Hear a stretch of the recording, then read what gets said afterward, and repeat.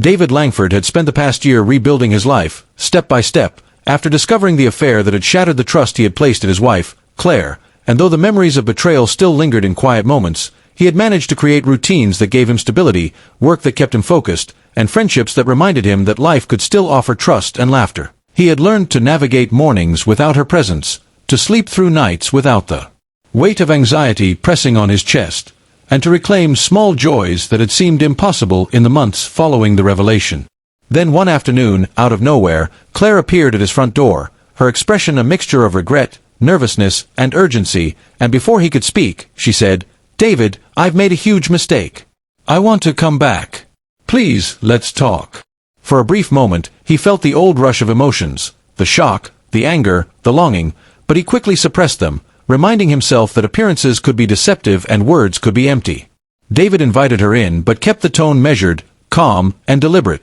knowing that this encounter was not about passion or reconciliation but about truth and accountability. As they sat across from each other at the small kitchen table, Claire's hands trembled slightly as she spoke, recounting how she had realized the affair had been a destructive choice, that it had hurt him in ways she could never undo, and that the emptiness she felt without him had forced her to confront her own mistakes. Yet David remained silent for long stretches, listening without interrupting, letting the words hang in the air, heavy with the weight of what had been broken.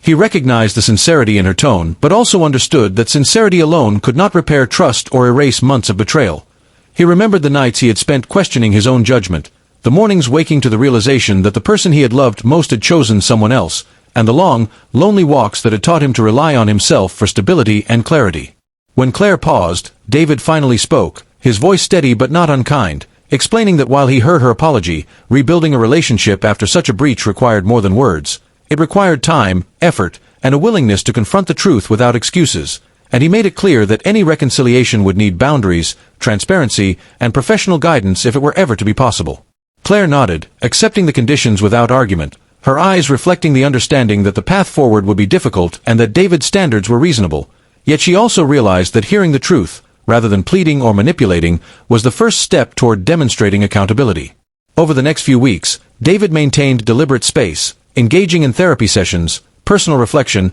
and conversations with trusted friends to process the resurgence of emotions, all while observing Claire's actions carefully, noting whether her intentions matched her words, whether consistency replaced impulsive declarations, and whether she could respect the boundaries he had set to protect himself. Slowly, he noticed signs of change. Claire sought professional help to address her behavior, demonstrated honesty in small daily interactions, and refrained from trying to shortcut the healing process by demanding immediate forgiveness, and with each observation, David felt a cautious hope, not of returning to the past, but of witnessing accountability and self-awareness that could support mutual growth if, and only if, he chose to continue engagement. By the time months had passed, David realized that forgiveness and reconciliation were not automatic nor guaranteed. They were conditional, earned through sustained action and proof of genuine transformation, and he understood that while love could exist alongside mistakes, trust had to be rebuilt through evidence, not insistence. Sitting one evening with a cup of tea, Claire acknowledged her failures without pleading, and David recognized that her humility,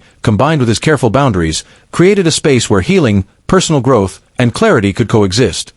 He also understood that his own strength lay not in retaliation or suppression but in deliberate choice, discernment, and protecting his emotional well-being above nostalgia or obligation. In the end, David knew that her return presented an opportunity but not a guarantee, and that his responsibility was to himself first, to honor his own dignity, integrity, and peace, while observing whether her actions aligned with her words, and in that quiet awareness, he found a sense of empowerment that no betrayal could fully erase, a knowledge that the future, whatever it held, would be approached with eyes wide open, heart guarded but not closed, and courage tempered by experience.